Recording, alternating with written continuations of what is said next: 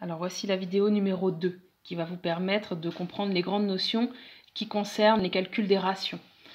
Je vous ai donc construit ce diaporama que vous allez recevoir par mail, donc c'est pas grave si vous n'arrivez pas à lire durant la vidéo, simplement écoutez ce que j'ai à vous dire.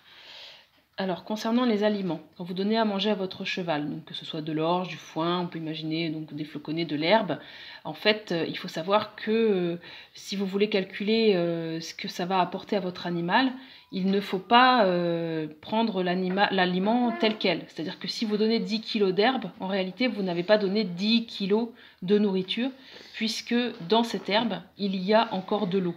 Et vous savez que l'eau, elle n'est pas nutritive. En fait, elle va apporter plein de choses pour le fonctionnement du corps, mais elle n'apporte pas de nutriments.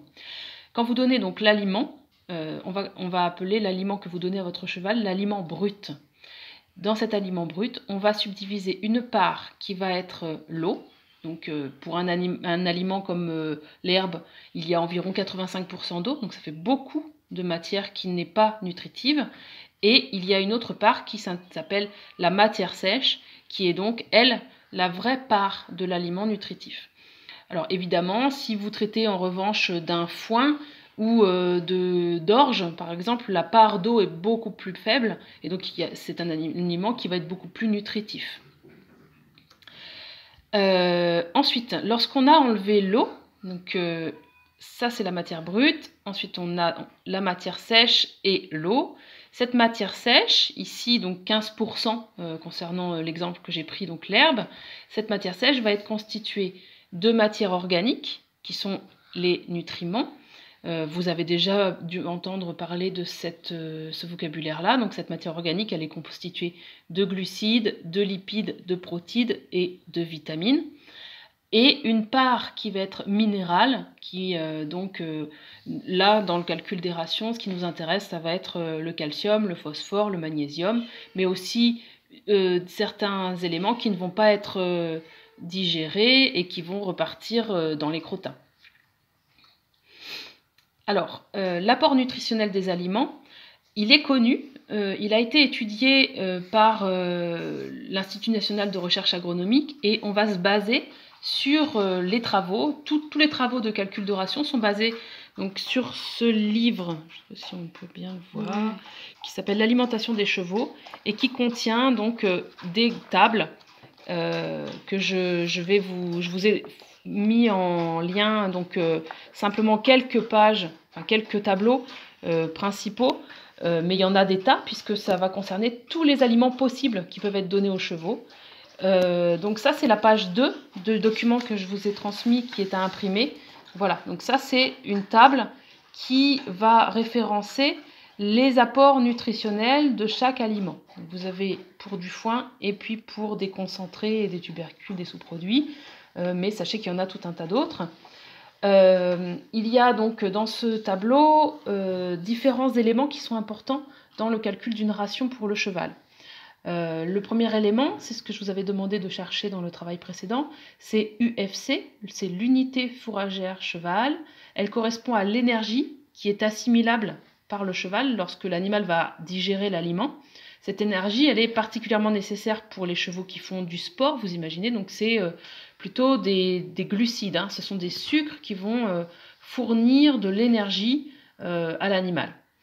Vous avez également un autre élément qui s'appelle la MADC, qui elle est évaluée en grammes.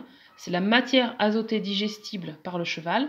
Elle représente les protéines qui sont contenues dans les aliments.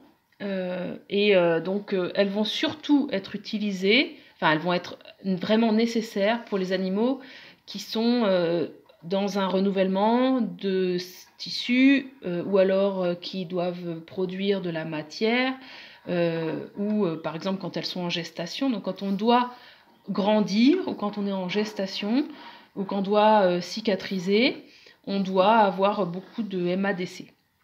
Et puis on va rechercher aussi les éléments minéraux importants, calcium, phosphore, magnésium et sodium. Enfin, dans le tableau, vous trouverez également la quantité de matière sèche qui est nécessaire au bon fonctionnement du transit. Elle est en kilos également. Cette matière sèche, elle est très importante pour le transit de l'animal. Donc certes, vous pouvez nourrir votre cheval qu'avec des granulés, mais parce qu'il va avoir simplement suffisamment de nutriments, mais par contre, il va manquer de fibres pour son transit. Pour terminer, je vous ai remis les besoins du cheval. Donc il faut savoir qu'un cheval, il a des besoins, tout comme vous d'ailleurs, hein, des besoins qualitatifs, c'est-à-dire que vous avez besoin de manger des choses variées pour être en bonne santé, pour construire, renouveler vos tissus, etc.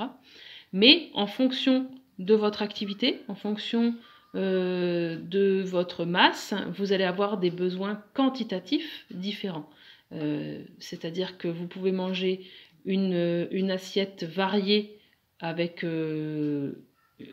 peu d'aliments à l'intérieur, ou alors beaucoup d'aliments, d'accord? C'est ça, les besoins quantitatifs, c'est quand on en a beaucoup, des gros besoins.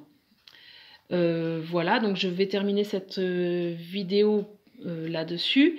Donc je vous signale donc, que vous avez donc à imprimer le document qui s'appelle document à imprimer, qui contient donc le tableau du calcul des rations, la table des aliments, des valeurs nutritionnelles, et enfin les apports qui sont recommandés pour les chevaux.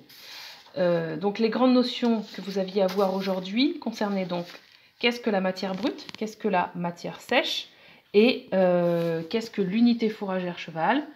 Retenez qu'il s'agit de l'énergie. Qu'est-ce que la MADC? La MADC, c'est les protéines pour faire de la matière.